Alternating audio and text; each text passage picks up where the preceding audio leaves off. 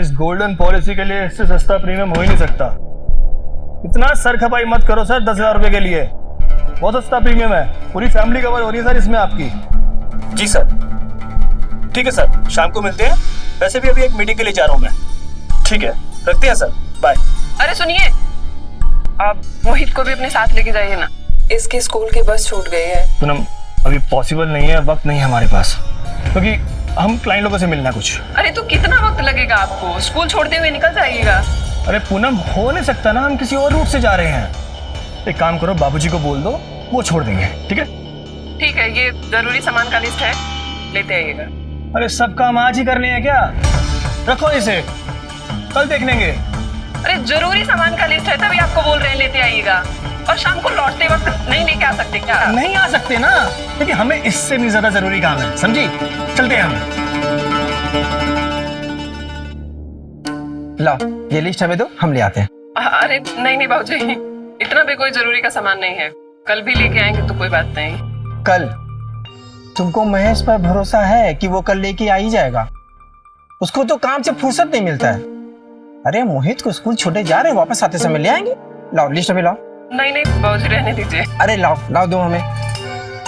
चल बेटा मोहित चल। बेटा आज तुम्हारा एग्जाम है ना?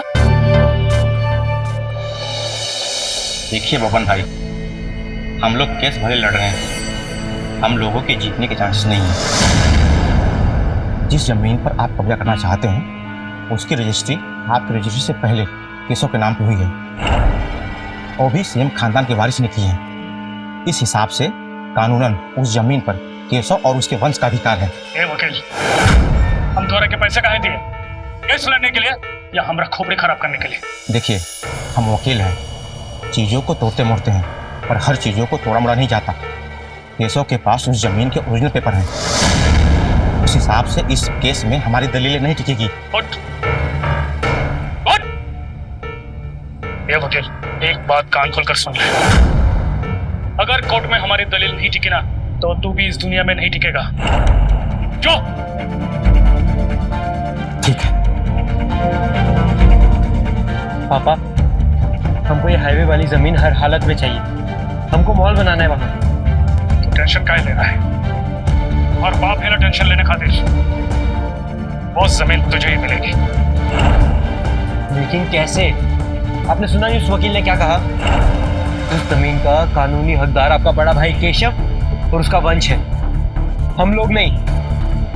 और अगर केशव और उसका वंश ही ना रहे तो तब तो वो जमीन तुझे मिलेगी ना। तो समझ ले, वो जमीन तुझे मिल गई है किसी भी कीमत पर।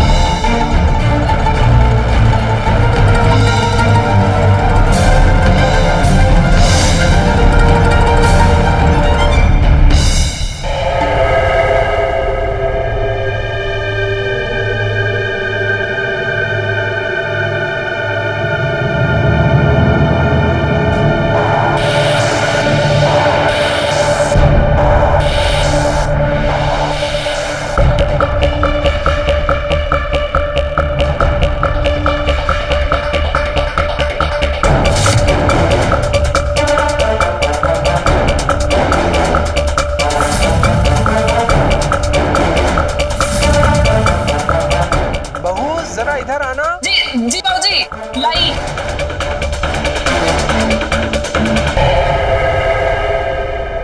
अरे सरकार पैसे का कहा है, आज नहीं तो कल खर्च हो ही जाएगा, इसलिए उसको ऐसी जगह निवेश कीजिए जहां पैसा डबल आए। अगर फ्यूचर में आपको जरूरत पड़े ना तो किसी के आगे हाथ फैलाने की जरूरत ना पड़े। और इंश्योरेंस से अच्छी जगह और क्या हो सकती है जहां इन्वेस्टमेंट करो और पैसा डबल। कितना इजी है। हाँ सर, ये जगह बिल्कुल अच्छी है, अगर यहाँ इन्वेस्ट कर दोगे। अरे दिमाग से पागल हो गई हो क्या? जरूरी फोन चल रहा था हमारा। आपका तो हमेशा जरूरी कॉल चलता रहता है। आपको अपने काम के अलावा कभी भी किसी और चीज की फिक्र होती है? अरे क्या काम करते रहते हैं? रात दिन काम ही चलता रहता है आपका। आपके जीवन में बीवी बच्चा बाप नाम की कोई चीज है भी या नहीं है? ज्यादा अक्ल चंद मत बनो। ये जो हम कर रहे हैं ना परिवार की खुशी के लिए कर रहे हैं, समझी? लेकिन तुम्हें छोड़कर सब मानते हैं और हमारी मदद भी करते हैं शायद इसलिए। बाबूजी को ही देख लो, सुबह बच्चे को स्कूल छोड़ के आए और आते हुए घर का सामान भी लेते आए। हाँ, और साथ में मेरा पर्सनल और प्राइवेट यूज करने की चीजें भी लेके आए। प्राइवेट समझते हैं ना आप, जो खाली हम या आप लेके आ सकते थे, वो सब बाबूजी लेके आए हैं।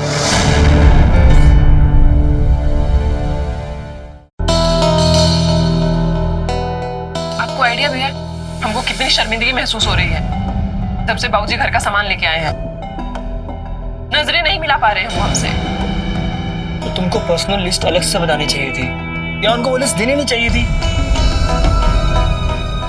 अरे तो हमें कहाँ पता था कि आप वो लिस्ट लेके नहीं जाएंगे, और बाबूजी को लिस्ट दिए नहीं थे हम, जबरदस्ती खींच के ले गए हमारे हाथ से। तो क्या करते हम?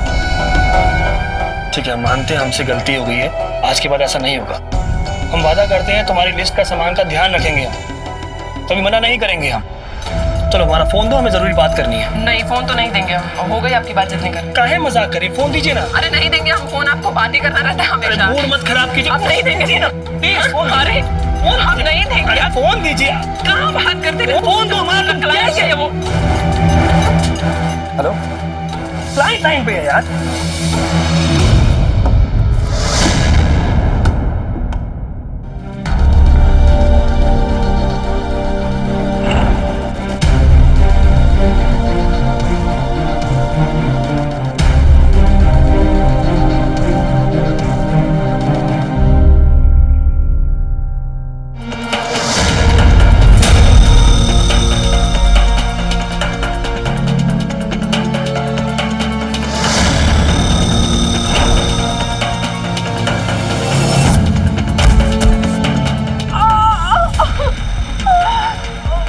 अरे बहू,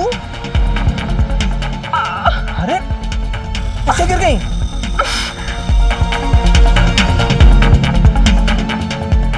एक काम करो बहू, अपना हाथ दो, हाथ पकड़ो। एक काम करो, तुम एक काम करो, अपना ये हाथ मेरे कंधे में दो, आराम से।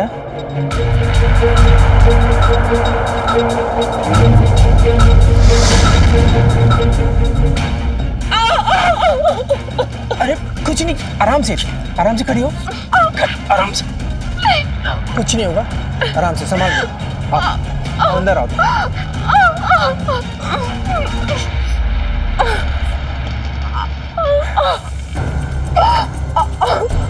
बहू कैसे काम करती हो तुम? मुझे बहुत जोर से लगी। कुछ नहीं होगा तुम्हें, हम है ना। आओ आओ आओ आओ आओ आओ, बैठो आराम से, संभाल के, बहुत संभाल के। आओ लेटो, आओ आओ आओ।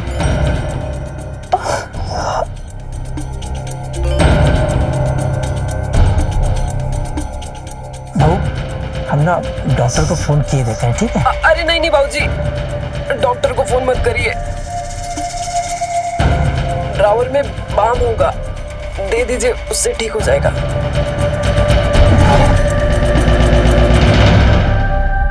ये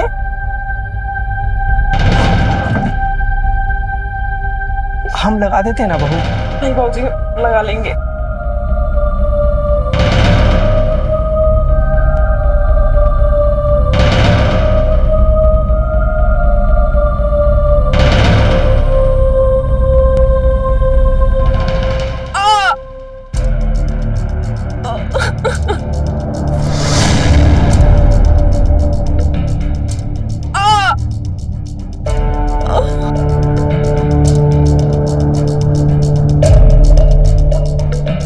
बहू हम लगा दे रहे हैं, तुमसे नहीं हो पाएगा, लो हम लगा दे रहे हैं। नहीं बाबूजी, हम अरे नहीं हो पाएगा, तुमसे कैसे लगाओगी तुम? है चलो थोड़ा सा साइड हो।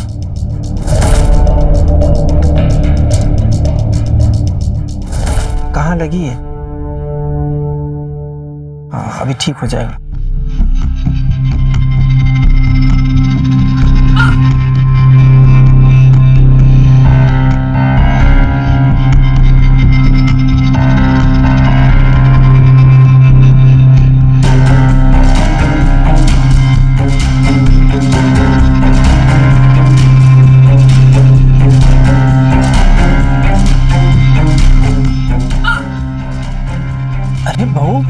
होगा, हम आहिस्ता आहिस्ता कर रहे हैं ना।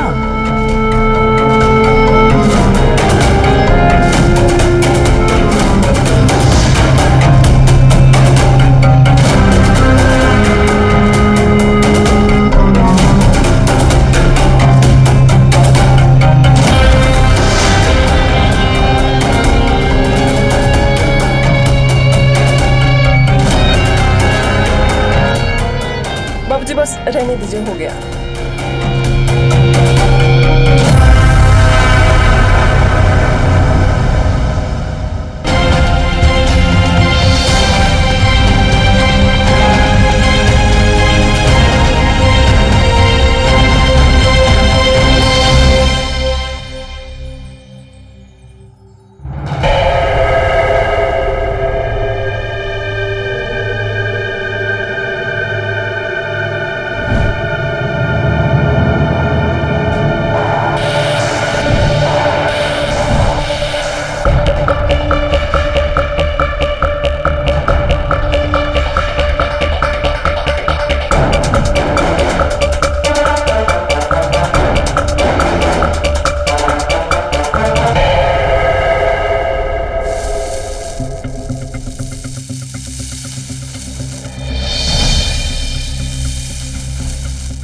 अरे बहू, कहाँ जा रही हो?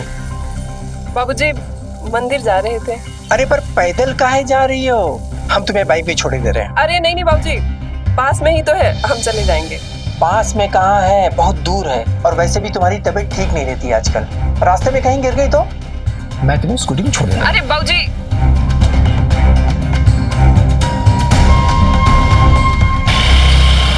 आओ बैठो, बहस नहीं, आओ चलो।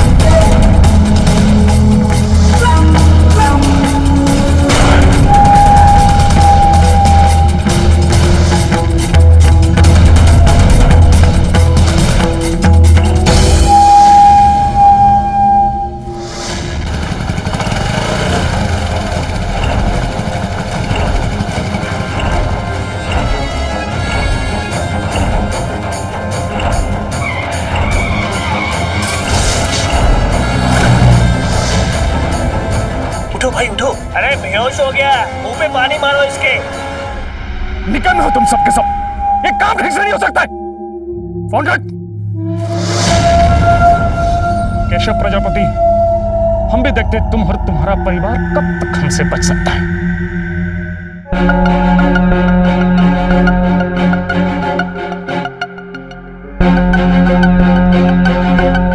बाबूजी हम जानते हैं ये सब उस बबन ने किया धरा है, लेकिन इस बार हम छोड़ेंगे नहीं उसे, सीधा जेल भिजवाएंगे। ए महेश, और कहाँ बताएगा पुलिस को? हाँ, जिस गाड़ी से तुम्हारे पिताजी को मारने की कोशिश की गई थी वो हम चला रहे थे या हमारा बेटा? पुलिस को जो बात बताई जाती है उसे साबित करना पड़ता है। गवाह सबूत है तुम्हारे पास? एक बार कंप्लेंट लिखाएंगे ना, सब मिल जाएगा, समझे? ए महेश, ज्यादा उड़ मत, छू जाए तो बात से लड़ने की कोशिश मत कर, नोच के गिर जाएंगे। और हाँ, एक बात कान खोलकर सुन लो तुम लोग, तुम लोगों की समस्या भी मैं हूं और समाधान भी। अगर तुम लोग और तुम्हारा परिवार सुरक्षित रहना चाहता है तो वो हाईवे वाला प्लॉट भूल जाओ और केस उठा लो, नहीं तो तुम लोगों की जिंदगी में हादसों की लाइन लग जाएगी। बपन, तेरी इस धमकी से हम लोग डरने वाले नहीं हैं। तुझे जो करना है ना कर ले, लेकिन उस जमीन का एक भी टुकड़ा हमारे जीते जी तुझे नसीब नहीं होगा। ठीक है भाई साहब, जैसी आपकी मर्जी। हम भी देखते हैं कितना सहते हैं और कब तक।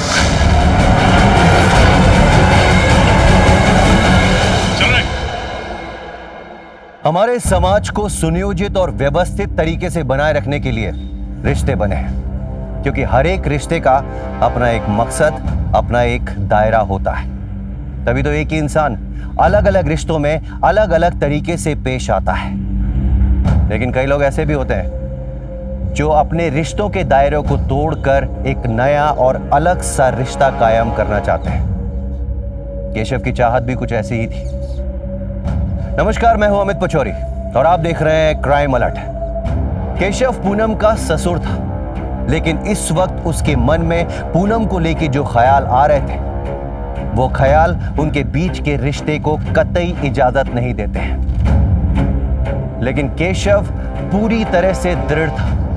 वो इस पुराने रिश्ते को तोड़कर पूनम के साथ एक नया रिश्ता कायम करना चाहता था। अब देखना यह है, क्या वो इसमें कामयाब हो पाएगा? क्या पूनम उसे एक नया रिश्ता बनाने की इजाजत देगी? वहीं दूसरी तरफ बब्बन नाम का खतरा जो इस खानदान पर मंडरा रहा था, क्या होने वाली थी उसकी अगली चाल? और क्या इस चाल से ये खानदान अपने आप को बचाने में कामयाब हो पाएगा? आइए देखते हैं।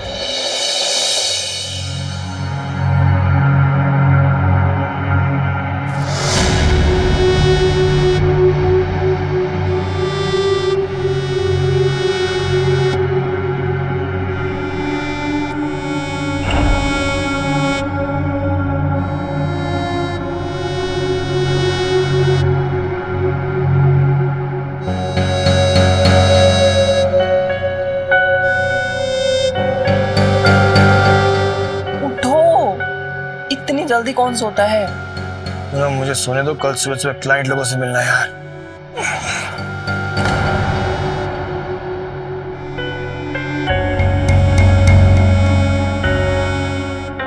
आपकी जिंदगी में आपके क्लाइंट्स, आपकी पॉलिसी, आपका काम, यही सब रह गया ना?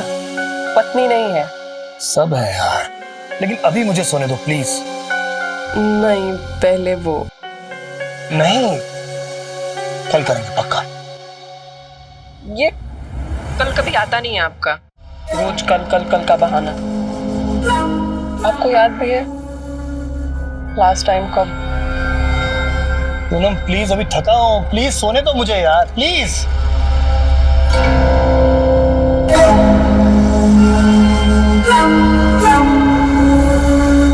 उठो ना,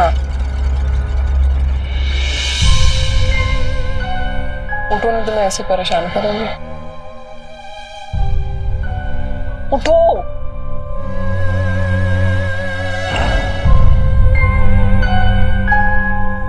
आपको कभी भी हमारी फीलिंग की कदर नहीं होती। शादी नहीं करनी चाहिए थी आपको। कल कल कल।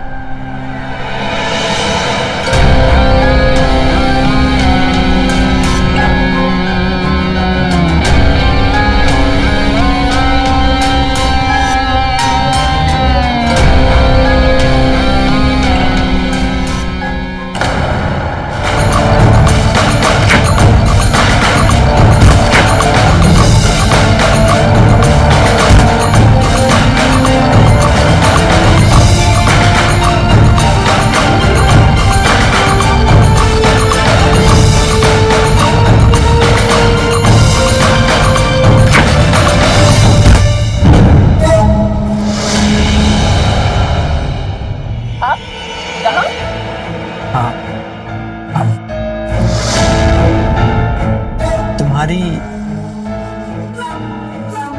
जरूरतें पूरी करने आए हैं। मेरी जरूरतें मतलब? हमें सब मालूम है, सब जानते हैं। एक बात बताएं, इंसान के अंदर एक ही चीज होती है जो उसे जिंदा रखती है, और वो है इच्छा। इंसान को अपनी इच्छा को नहीं मारना चाहिए।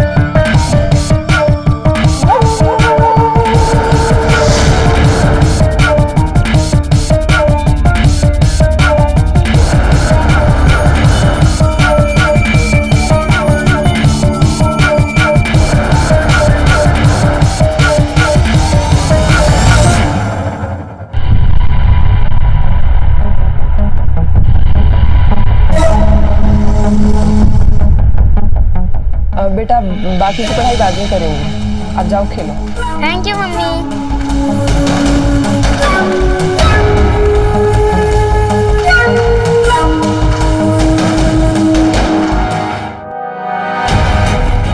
आपको एक बात बताएं, आपने हमको बहुत बड़ी खुशी दे दी है। तुम इस खुशी की हकदार थी। और हम भी एक बात बताएं, हमें भी ना तुम्हारी तरह एक खूबसूरत साथी की तलाश थी।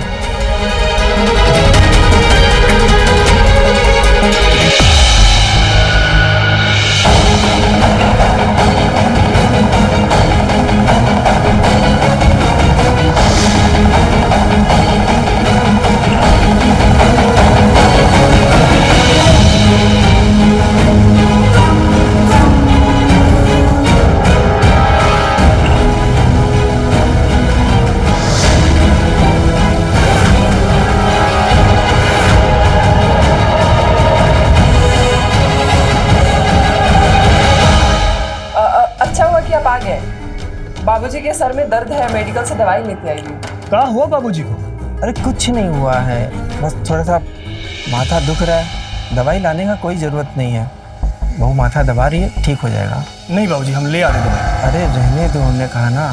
तो वैसे भी सर दर्द का दवा खाने से सेहत ठीक नहीं रहता है। ठीक है बाबूजी, अगर दर्द कम नहीं होगा तो बता दीजिए, हम दवाई ले आएंगे। और नहीं तो डॉक्टर को ही बुला देंगे। ठीक है, चलते हैं। हाँ हाँ बेटा।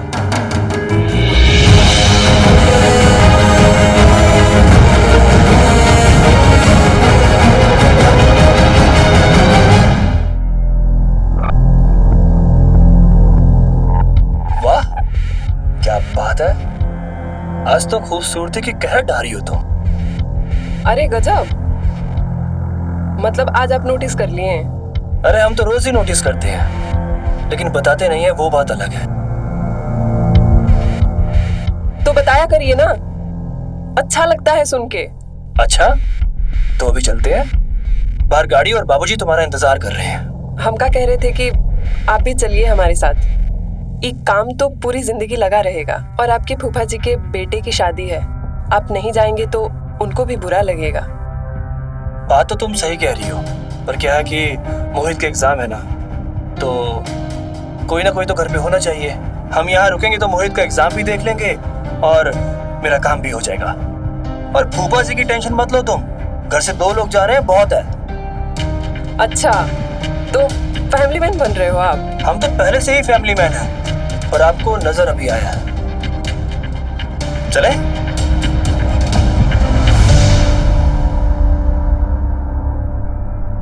आराम से जाना, ठीक है? कुछ भी लगे तो फोन करना मुझे। आओ बैठ, आ बैठ।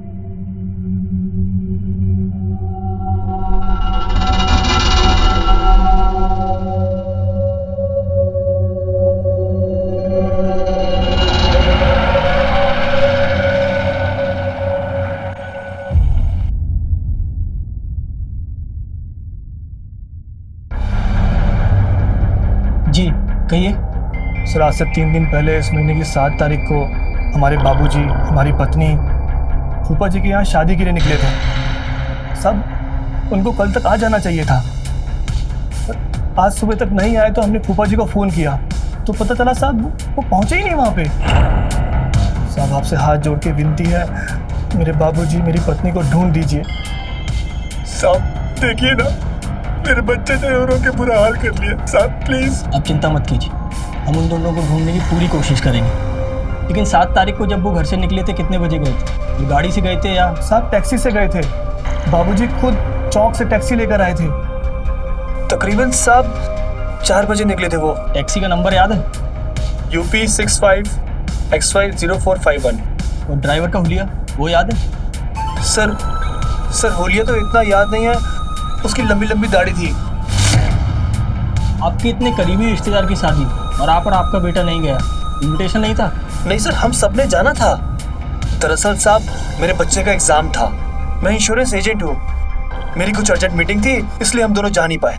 आपको किसी पे कोई शक जो आपके परिवार से दुश्मनी रखता हो और आपके परिवार को नुकसान पहुंचाना चाहता हो? साहब शक तो है साहब, सब हमारे चाचा बबन और उसके बेटे पर।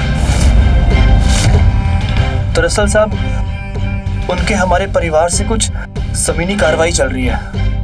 तो साहब, पहले भी वो हमारे परिवार को जान से मारने की धमकी दे चुके हैं और कुछ दिन पहले तो मेरे बाबूजी को जानलेवा हमला भी किया था उन्होंने।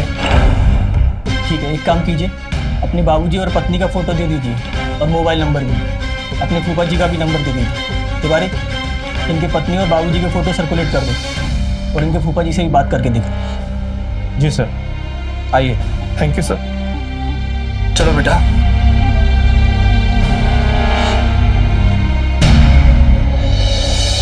सर, जो गाड़ी का रजिस्ट्रेशन नंबर हमको महेश ने दिया था सर, वो गलत है। हमने आरटीओ में भी चेक कराया, उस नाम की कोई गाड़ी ही नहीं है। इसके साथ ही हमें पूनम और केशव के दोनों कॉल डिटेल्स और लोकेशन चेक किए थे। उसके हिसाब से रामनगर का वही एरिया है जहाँ महेश का घर है सर। 7 तारीख को 4:20 से अब तक उनका फ़ोन स्विच ऑफ आ रहा है सर। मैसेज और कॉल में कुछ सस्पिशियस मिला? नहीं सर, कुछ भी सस्पिशियस नहीं मिला। और उनके फूफा जी से भी बात की हमने, जो वहाँ पूनम और केशव वहाँ पे जाने वाले थे, वो तक पहुँचे ही नहीं सर अभी तक, जैसा कि महेश ने बताया था हमको। मतलब उन दोनों का कॉल सेम समय पे सेम लोकेशन में बंद हुआ, वहीं घर के आसपास।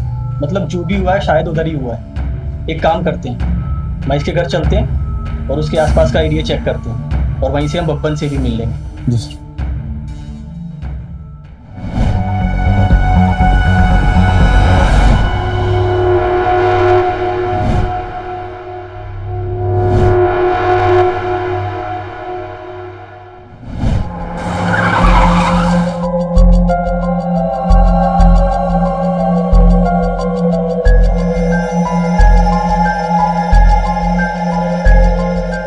बोलिए इंस्पेक्टर साहब, हम क्या कर सकते हैं आपके खातिर?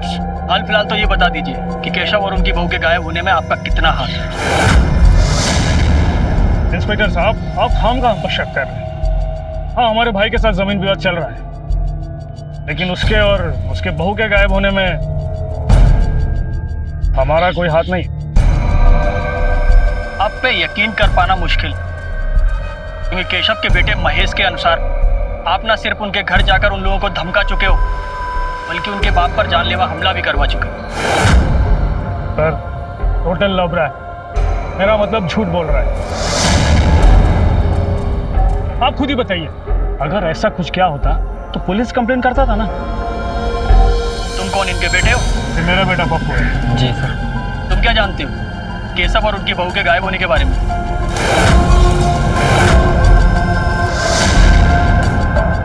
सर, हम कुछ नहीं जानते। ठीक है, अभी के लिए तो हम जा रहे हैं। अगर कुछ याद आए तो जल्दी आकर बता देना। तहकीकात करते वक्त अगर इस केस की कड़ी हमें दोबारा तुम्हारे पास लेकर आई ना, तो बहुत पछताओ।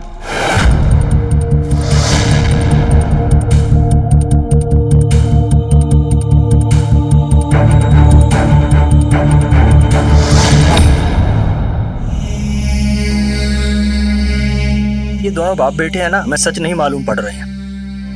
एक काम करो, इनकी कुंडली निकालो, CDR, कॉल लोकेशन, सब कुछ।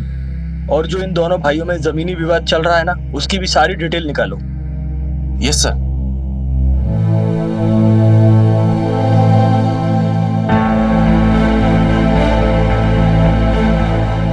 मोहित बेटा उठाओ। मोहित, दूध पी लो बेटा, उठो, ये लो दूध पी लो। नहीं पापा, हमें दूध नहीं पीना। क्यों? माँ और दादाजी कब वापस आएंगे? बेटा जल्दी आ जाएंगे वो। देखो, जब तक वो नहीं आते ना, हम दोनों को ही एक दूसरे का ख्याल रखना पड़ेगा, ठीक है? लो, अब अच्छे बच्चों की तरह दूध पी लो। गुड।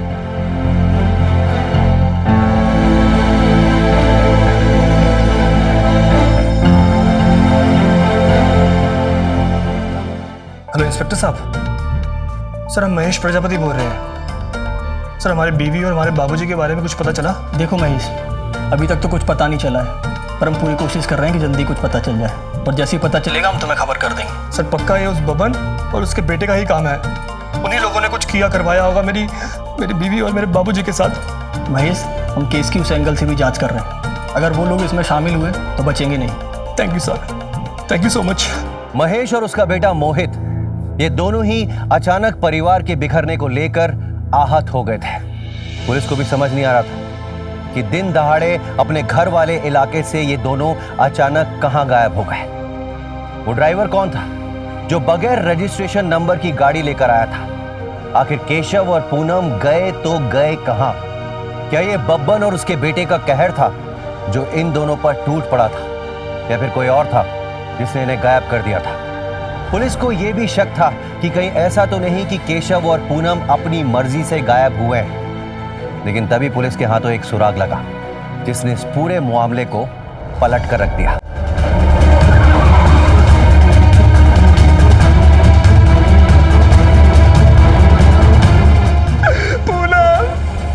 दूर रहो, बॉडी से दूर रहो। जालिमों ने मेरे पूरे परिवार को मार दिया। इन दोनों को कहीं और मारा गया है और मारने के बाद बॉडी को यहाँ लाके फेंका गया है। जिस बेरहमी से मारा गया है ऐसा लगता है कि किसी ने बड़े क्रोध से बदला लिया है और ये काम किसी एक आदमी का नहीं लगता है। जी सर। आखिर किसने मारा होगा इन दोनों को? बब्बन, उसके लोग, उसके बेटे ने मारा सर, और कौन कर सकता है? मार दिया, मेरे पूरे परिवार को खत्म कर दिया सरकार उन जालिमों ने। तिवारी जी, बॉडीज को पोस्टमार्टम के लिए भेजो और देखो कि खून होने का टाइम और डेट क्या है, और फिर उसके बाद बब्बन और पप्पू को भी कोई लोकेशन को खंगालो। देखो कि सेम टाइम और सेम लोकेशन पर वो लोग कहाँ थे। जी सर।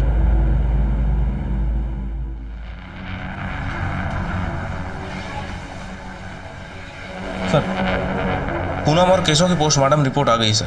इसमें साफ पता चलता है कि दोनों की मौत गला कटकर की गई है। सर, इन दोनों की मौत 7 अक्टूबर को शाम 4 बजे से 5 बजे के बीच हुई है और इनकी बॉडी में बेहोशी की दवाई की ट्रेसेस पाए गए हैं। इसका मतलब पहले उन्हें बेहोश किया गया और फिर उन्हें किडनैप किया गया। जी सर। हत्या का टाइम 4 से 5 के बीच है, मतलब पहले उन्हें किडनैप करके उनके घर के आसपास ही उनका मर्डर किया गया। बेहोश होने की वजह से वो दोनों संघर्ष भी नहीं कर पाए और शायद यही वजह रही कि किसी ने ना उन्हें देखा और ना ही सुना। हत्यारों ने पहले उनकी हत्या की और वहीं इलाके से 8 किलोमीटर दूर ले जाकर बॉडी को डंप किया। तुमने बब्बन और पप्पू की लोकेशन फिर से चेक की? जी सर, मैंने चेक किया, मगर उस टाइम पे 4 से 5 के बीच बब्बन और पप्पू की लोकेशन उनके घर के आसपास ही थी सर।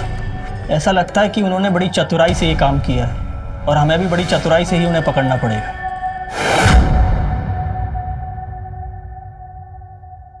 परम, आराम से।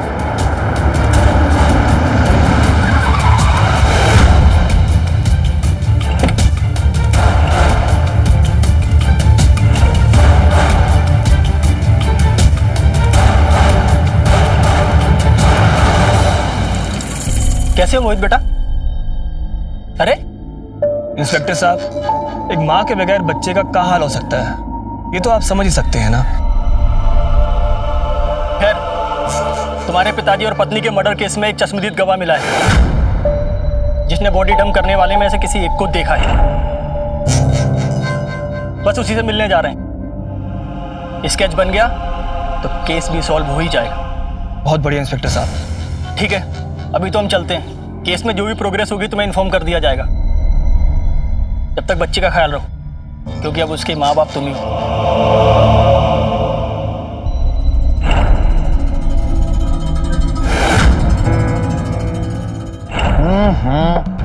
ये तो रूप का इक्का और ये बत्ता हो रहा हो गया है। अरे भैया क्यों आ रहे हैं?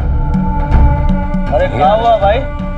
यहाँ कहाँ? मामला बहुत गर्म है, जानते नहीं होगा? मामला गर्म नहीं है, मामला खुल गया है। जब तुमने हमारे पिताजी, हमारी बीवी की लाश फेंकी थी ना, तो किसी ने तुम्हें देख लिया है और जिसने देखा है वो तुम्हारा स्केच बनवा रहा पुलिस के साथ मिलके। मेरी बात मानो, जल्दी से जल्दी अंडरग्राउंड हो जाओ। भाई अंडरग्राउंड तो हो जाएंगे, लेकिन ये बात बिल्कुल भी सही नहीं है। हम लोगों ने तो नकाब पहना था। ये हो नहीं। सही कह रहा है, किसी ने नहीं देखा। क्यों ताज्जुब हुआ? जैसे तुमने अपने आप को बचाने के लिए खेल खेला, वैसे ही हमने तुम्हें पकड़ने के लिए एक और खेल खेला। सर, बब्बन और पप्पू तो हमें दोनों ही क्लीन लग रहे हैं सर। हमने एक सिविल यूनिफॉर्म में हवलदार जो लगाया हुआ था, उसने भी कोई ऐसी इन्फॉर्मेशन दी नहीं सर। मुझे नहीं लगता कि ये बब्बन और पप्पू ने इनका मर्डर किया होगा, क्योंकि उस टाइम पे 4 से 5 के बीच में इनकी लोकेशन इनके घर के आसपास ही थी। ऐसा हो सकता है कि बब्बन और पप्पू दोनों निर्दोष हों। मान लो कि बब्बन का केशव के साथ जमीनी विवाद चल रहा और अगर उसने कत्ल भी किया है, और कानूनी तौर पर ज़मीन जब तक उन्हें नहीं मिल सकती जब तक वंश के 2 लोग जिंदा हैं, मोहित और केशव, तो फिर बब्बन और पप्पू उन्हें जिंदा क्यों छोड़ेंगे? कहीं ना कहीं तिवारी, मुझे ये लग रहा है कि केशव की फैमिली में बहुत बड़ी प्रॉब्लम चल रही है। मान लो कि केशव को काम था इसलिए वो शादी में नहीं गया, और उसका बेटा मोहित इसलिए नहीं गया कि उसका एग्जाम था, पर केशव तो अकेला जा सकता था। फिर पूनम उसके साथ क्यों गई? क्या केशव और पूनम किसी की मर्जी से गए या अपनी मर्जी से? एक काम करो, तुम ना इनकी कुंडली खंगालो, bank detail, social media account, CDR, call location, सब देखते हैं कि क्या मिलता है। सर, बोलो तिवारी। हमने केशव की फैमिली की सारी कुंडली निकाल ली है सर। उसमें कुछ भी सस्पिशियस नहीं लगा सर। सिवाय एक चीज़ के। क्या? सर, केशव के नाम 50 लाख की इंश्योरेंस की पॉलिसी थी, और कुछ दिन पहले केशव ने अपने बेटे महेश की जगह पूनम को नॉमिनी बनाया, और दोनों के मरने के बाद वो सारे पैसे महेश के अकाउंट में ट्रांसफर हो गए। तिवारी, एक काम करो, महेश के घर के बाहर कुछ पुलिस वालों को सिविल वर्दी में तैनात करो। मुझे महेश की हर हरकत की पल पल की खबर चाहिए। जी सर। हमने ही पुलिस वाले को सिविल में तुम्हारे घर के आगे तैनात किया, और फिर मैंने ही आके तुम्हारे घर पे झूठ बोला कि हमें चश्मदीद गवाह मिल गया। और जैसी उम्मीद थी तुमने वैसा ही किया। तुम बेचैन हो गए, अपने पीछे पीछे हमें यहाँ तक ले आए। अरेस्ट करो इन लोगों को। अब बोलना शुरू करोगे, गरम तवे पे बिठाऊं तुमको? सर, मैं दिन रात मेहनत करता था ताकि अपने परिवार को खुश रख सकूं। मैं अपने आप को बहुत भाग्यशाली समझता था। मेरा बहुत अच्छा परिवार है, सुंदर सुशील बीवी है, ख्याल रखने वाले पिताजी हैं। पर सब धोखा था। सर, उस रात जब मेरी नींद खुली तो मेरी बीवी पूनम बिस्तर पर रही थी।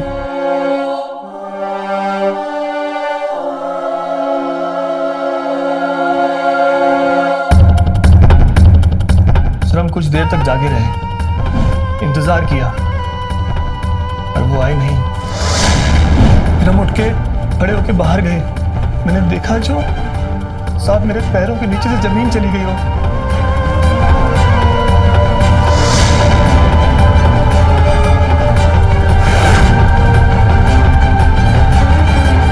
मन तो किया वहीं दोनों को गोली मार दूं मैं,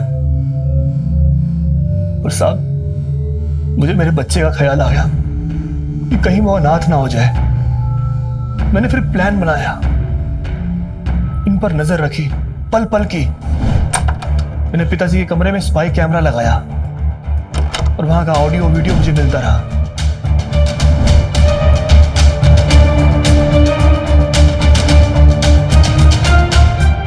फिर एक दिन अचानक फूफा जी के यहाँ से इनविटेशन आया शादी के लिए, पूरे परिवार के लिए। बस मेरे दिमाग में तभी प्लान आया, यही मौका है दोनों का काम तमाम करने के लिए। इसलिए मैंने दोनों को ही भेजा साहब। सर, ये काम फिर मैंने इन दोनों को सौंप दिया। इनमें से एक नकली नंबर प्लेट वाली गाड़ी लेके आया, जिसमें पिताजी और पूनम बैठ के गए। सर, हमारे घर और राम चौक के बीच में सुनसान रास्ता आता है, दूसरा वहीं इंतजार कर रहा था।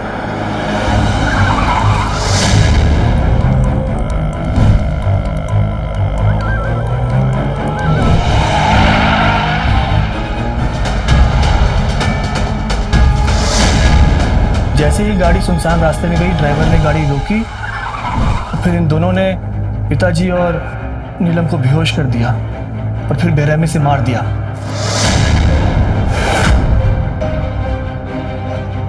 और फिर घर से 7-8 किलोमीटर दूर झाड़ियों में जाके फेंक दिया।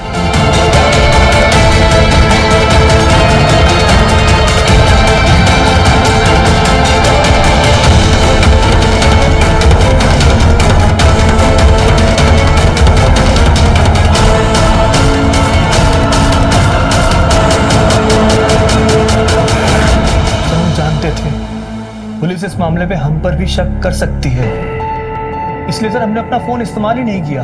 कातिल कितनी भी चालाकी कर ले, पर वो भूल जाता है कि कोई भी चालाकी उसके गुनाह को छिपा नहीं सकती।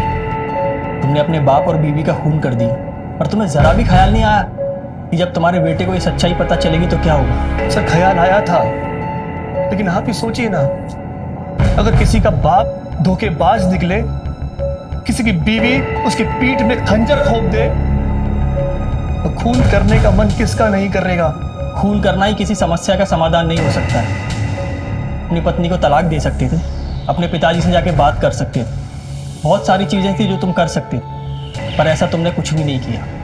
हम मानते हैं कि तुम्हारे साथ गलत हुआ था, पर तुमने भी गुनाह किया है और कानून तुम्हें इसकी सजा जरूर देगा। कहते हैं प्यार में कुछ भी किया जाए वो गलत नहीं होता, लेकिन हर बार ये बात सच नहीं होती।